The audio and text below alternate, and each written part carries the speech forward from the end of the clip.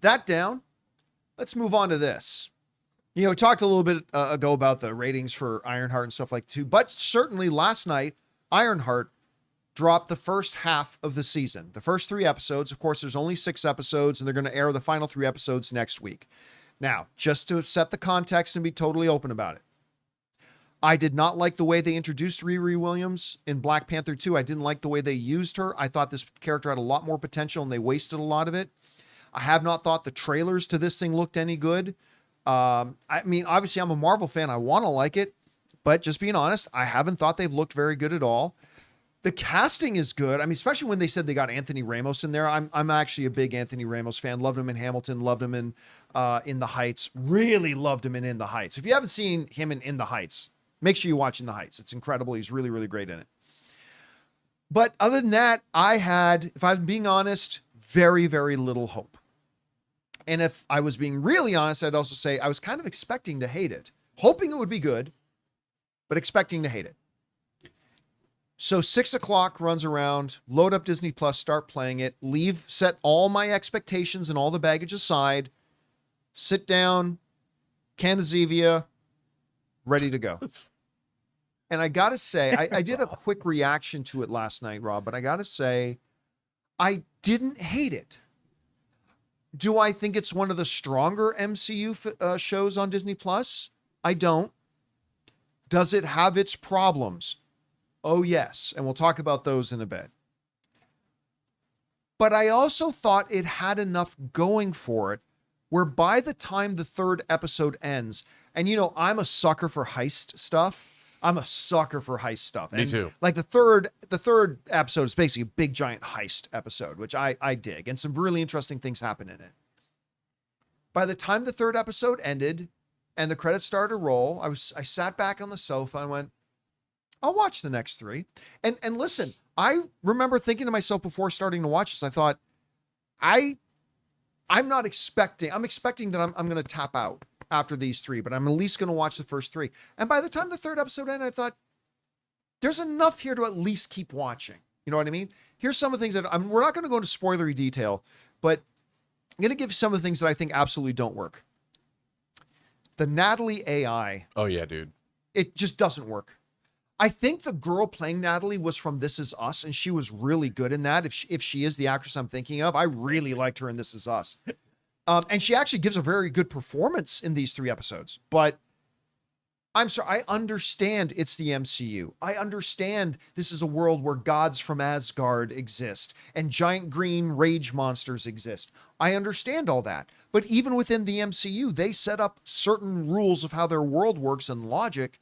And like how this thing just kind of sprang to being in a weird science kind of way. They did not do the work to make me as an audience member feel like they achieved that this completely sentient, self-aware with memories and everything, and the PTSD of the living person they were modeled off. I don't know. It was a bridge where I didn't think it worked. I just didn't think it worked, despite the fact that I thought the performance was really good. There's a heist crew. You got Anthony Ramos and his cousin, and I like those 2 and their dynamic. Everybody else in the heist crew, losers. Total waste of time. You have these interesting templates of characters. Yeah. Including the main hacker, Slug from Madripoor. You got to, okay, there's your template. Okay, now make this character interesting. And they don't. The Fight Club girls, okay, interesting setup for add some dimension to this crew. But there's like they're basically grunting cavemen. It's like, okay, there's nothing interesting here. The pyrotechnic explosives girl, completely irritating. And so that whole thing was a complete waste. Alden Ehrenreich gets introduced. And despite the fact that Alden Ehrenreich's character, especially in the beginning, comes across a little one-dimensional, they do something with him. There's a little twist involving Alden Ehrenreich in the 3rd episode that I went, you know what? That kind of works. I won't say what the twist was, but I mean, I went like, and when I think about it and I go back over the last couple episodes, this actually tracks. This makes sense. So I kind of like that. The girl playing Riri Williams, terrific job in her performance. I'm still not a huge fan of how they're writing Riri. I'm kind of finding Riri a little bit unlikable. Yeah. But from a character depth point of view, that might not be that bad of a thing, that she's a little unlikable, maybe. So I'm going to give it a little bit of a pass on that. I really like Riri's mom. I like the dynamic between her and her mom.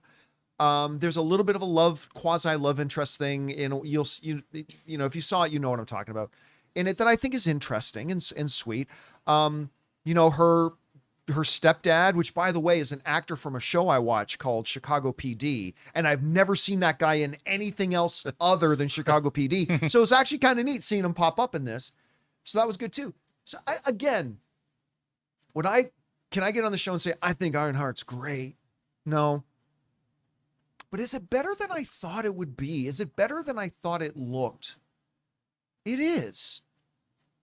Maybe that's not overwhelming endorsement, and maybe that's not, you know, excitement producing or whatever, but it's better than I thought it would be. Enough so that I'm not tapping out.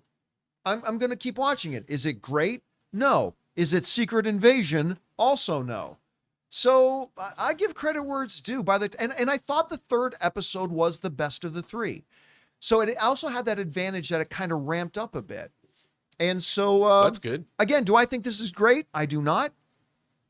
But is there enough there to keep me watching into the last half to see how well they stick the ending?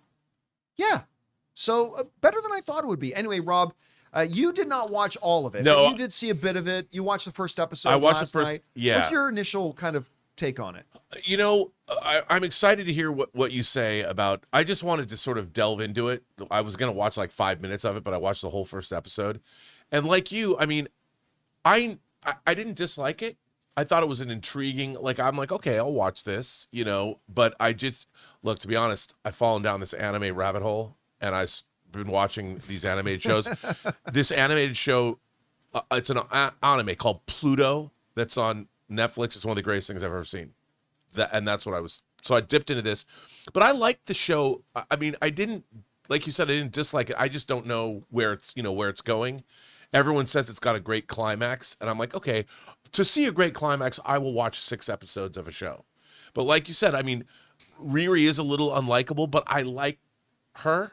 Like, I find her to be a compelling presence, you know, she's a compelling presence, and I really like her. I'm like, okay, I will go on this journey with her to see where it's going to go.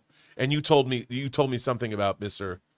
Ironheart that's interesting, that has an interesting tie all the way back to the beginning of the MCU. And I'm like, that's cool. Okay, I'm in. Count me in.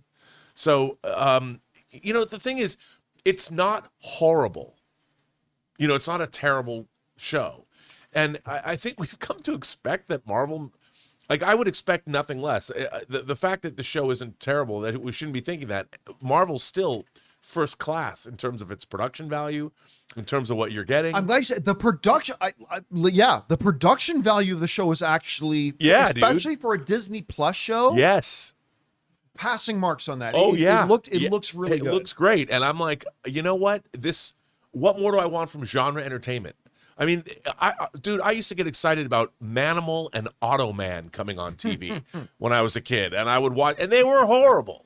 So to get genre programming like this, it's all relative. But I'm gonna watch all 6 episodes. You know, I'm gonna put this roughly on the same level as I put Hawkeye, which is a show that despite the fact that I love the Hawkeye character, I ended up kind of disappointed with Hawkeye. Yes. But there was always enough there that I watched it all the way through to the end. And you know, if the finale had been better, I might have actually ended up liking Hawkeye. But I've kind of got this show right now on the same level for me as Hawkeye, which I found compelling enough to keep me watching, but I still ended up a little bit disappointed. And from what I hear, this show saves its best for last. Like everybody I've talked to who has seen the whole series now they all just say the same thing. Show's okay. The finale's awesome. Okay. Well, and I really want to see how they're going to incorporate the magic and technology together, and how's that going to progress? How is that, and what does it mean for the wider MCU going forward? Because obviously Doctor Doom is a character that this could inform in terms of how they're going to deal with it. So I'm curious. All right, guys. Question is for you. What did you think about the first 3 episodes of Ironheart? I gotta say, I am, to a degree, kind of pleasantly surprised. It is better than I thought it would be. I still don't think it's great. Again, I put it somewhere around Hawkeye level, but it's got potential, and it's at least good enough that I'm going to keep watching the next 3 episodes. How did you feel? Did you like it less? Did you like it more? Whatever you guys think, jump down to the comment section below and let us know your thoughts. Hey guys, thanks so much for watching this video. Make sure you like the video, leave a comment, and subscribe to our channel. And don't forget, we have a daily podcast called the John Campea Show podcast, available on Apple Podcasts, Spotify, or your favorite podcasting app of choice. Go and subscribe to it today so it'll be there when you need it.